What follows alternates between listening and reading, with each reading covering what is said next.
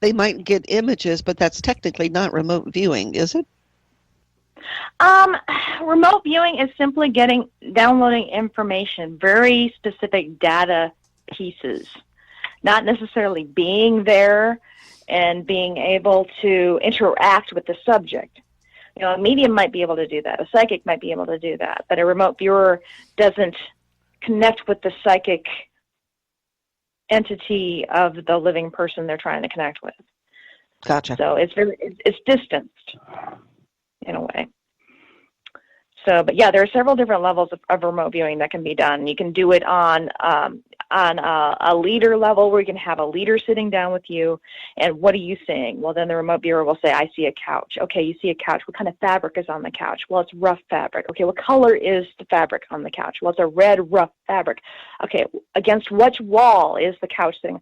So the leader will lead the remote viewer to give them more, you know, to pull more and more specific information out of the remote viewer. And then, of course, like you talked about before, Barbara, the emotional aspect. Sometimes, you know, when they did the Iran hostage situation, they actually had the remote viewers on the hook for that. They told them, this is what it's for.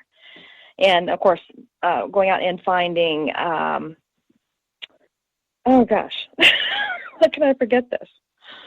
Our guy in Afghanistan. Ronald Pearl? Sorry? The Pearl? The journalist? No, the head terrorist for the... Osama bin Laden. Osama bin Laden, thank you. Obviously, my brain needs some exercise. But, yeah, they actually informed the remote viewers when they were working on that sketch of the campus.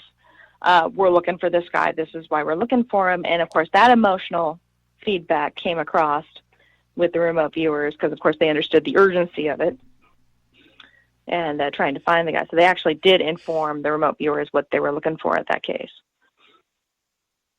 I wonder what the success rate is when, well, like I said, with the Stanford Institute, and they're talking to psychics about the gold and silver futures. What the success rate is if the psychics actually know what they're trying to look for, or the remote viewers know what they're trying to look for, if there's some sort of barrier there. Yeah, I don't know the specifics. I'm sure it's probably organic depending on the remote viewer. Some remote viewers are better at one method than another. And if they're able to isolate a team that's good at one method or another, their rates might be better. But in my case, when I did the remote viewing for the cases I worked on, I did not know, other than there was a missing persons case, and they didn't even tell me where it was, what state, what, male or female, what age group. They didn't tell me any of that. And strangely enough, I seemed to do better when I didn't have any more information than that than if they told me more. So it varies from person to person, I'm sure. That makes sense. Yeah. It takes away, yeah. I mean, the expression, you know, the expectation, and of course the weight, the emotional weight of it. You know, I've done female cases, male cases, but it seems like the majority of the cases that I've done where I've had the least bit of information, I tend to perform better on than if I have more. So, but that's just me. You know, another person may be a totally different, you know, skill set.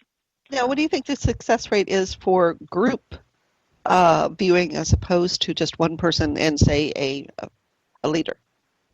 Oh, definitely higher. I believe it is. Anyway, the what I've seen from this group with Dr. Kennedy's group, definitely compiling data from a group of people and finding the commonalities of it is going to give you more of a pinpointed target versus somebody who's way off over here, somebody who's way over here on the left side field, and somebody who's not even on planet Earth, you know.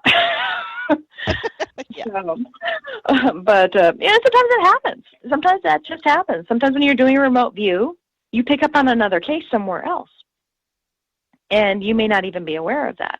And that's one thing that Dr. Kennedy was good to point to the team when we worked on stuff, was that don't take this hard. If you're picking up on something totally different from this case, it could be just you're picking up on another case we haven't even picked up yet. And I did find out on some of the cases that I worked that it aligned with another case in another part of the country. And I'm like, wow, that could be interesting if we got the team on that one. But yeah, it happens. But then there's been some real heartbreakers too, where they've found the body and it's exactly where we told law enforcement it was. But they didn't want to disrupt the case by pulling psychics into it. And Sure. That can be a problem when the defense or the prosecution has to come forward with the information. Where did you get this information? Well, Yeah. That could throw the whole case, off. If it's a missing persons case and the person's still alive, they're more likely to accept the fact that they used our information. But obviously, if it turns into a capital case or if it turns into a murder investigation, then they're going to distance from that because they don't want to destroy the case. And that makes sense. It does. Now, I thought that a medium was someone who could communicate with spirits or the dead. And what then is a psychic? A psychic it's a broader term, which is why you always hear the term a medium can be psychic, but a psychic isn't always a medium. Because if you look at the umbrella of psi, it includes telekinesis. It includes mind reading. It includes psychokinesis. It includes clairvoyance. It includes several different levels of psychic activity. So mediumship does fall under the psychic umbrella. And it doesn't mean that that's all they do. You may have mediums that are very good clairvoyants, that they're receiving information, they just don't know where from. So do you think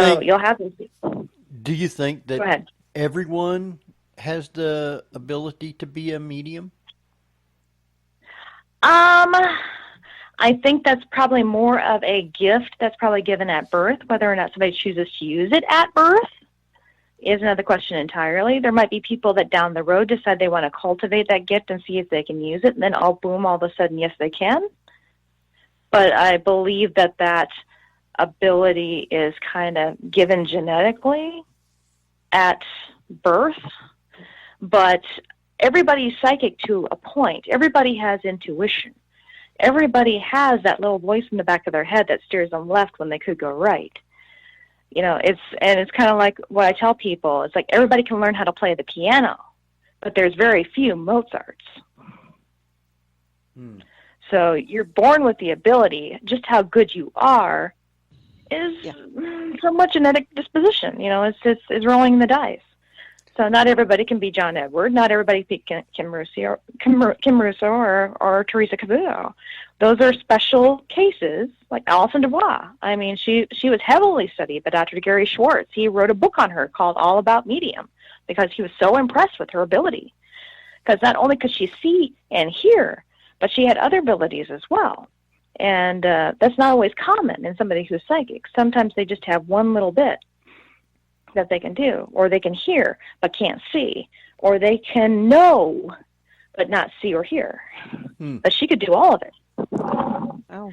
Yeah, I've never been able to be a medium, so I just the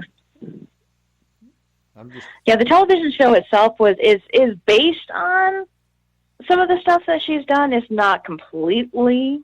It's not biographical. No. Alison Dubois even said that if she woke up her husband that many times, she'd be dead by now.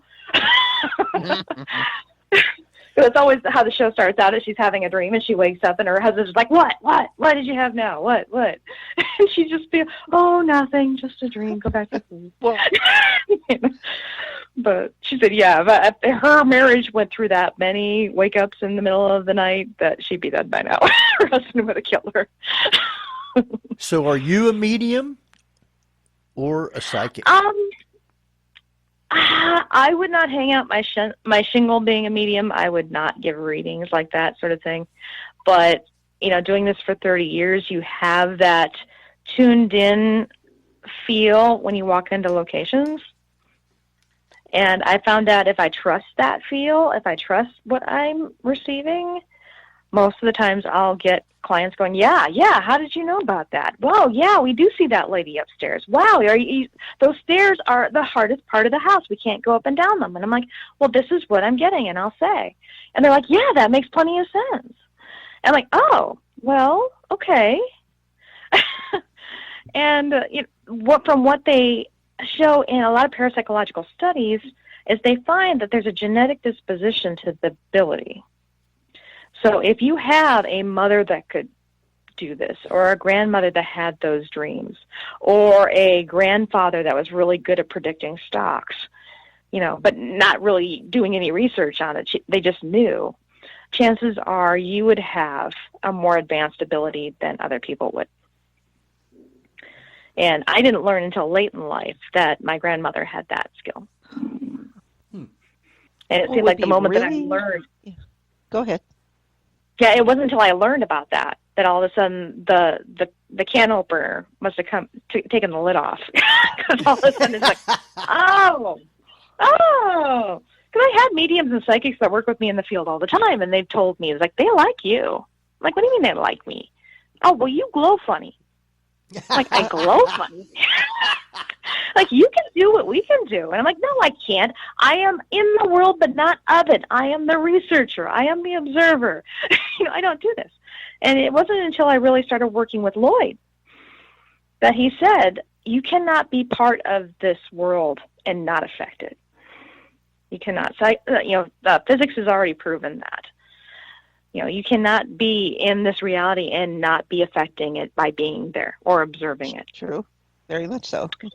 But you're also, guided towards a reality that you fit into, and you obviously did.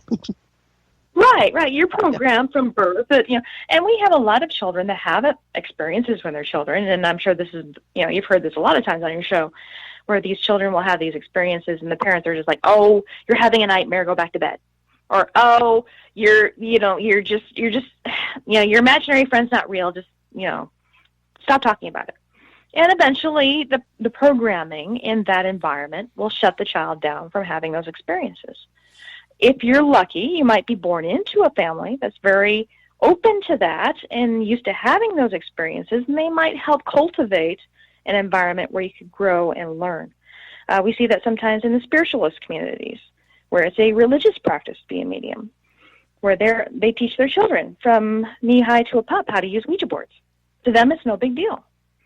It's just a psychic tool to advance their ability. And those are some of the best mediums I've met, because their signal is on all the time. And so, but I know a lot of researchers that will steer clear of that because they see a distinct difference between religious practice and secular practice in being a medium. And it's kind of a shame. But I've slowly seen that field, though, that discrimination open up a little bit more. So that's good. Well, they've mapped out a lot of things using MRI machines. You can go through and you can find all sorts of centers now for different types of emotions, different types of feelings, etc. And I wonder what would happen if you tried putting a psychic or a remote viewer in an MRI machine just to see what the process would be. Yeah, it's been done.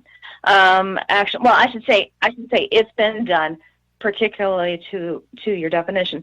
But Dean Radin opened up a study, and he presented it last year at SSE. And you can find it in YouTube if you go look for it, where he will show you the MRI images. And he had to go through, I don't know how many thousands of query responses from people. And he would narrow those down with more finite questions and more finite questions and more finite. And then, of course, getting down to the bottom base question is, by the way, you're offering your time for free. And then a lot of people drop out. And so he had to take what was left out of that. And then, of course, having them sign the ethics and morality waiver.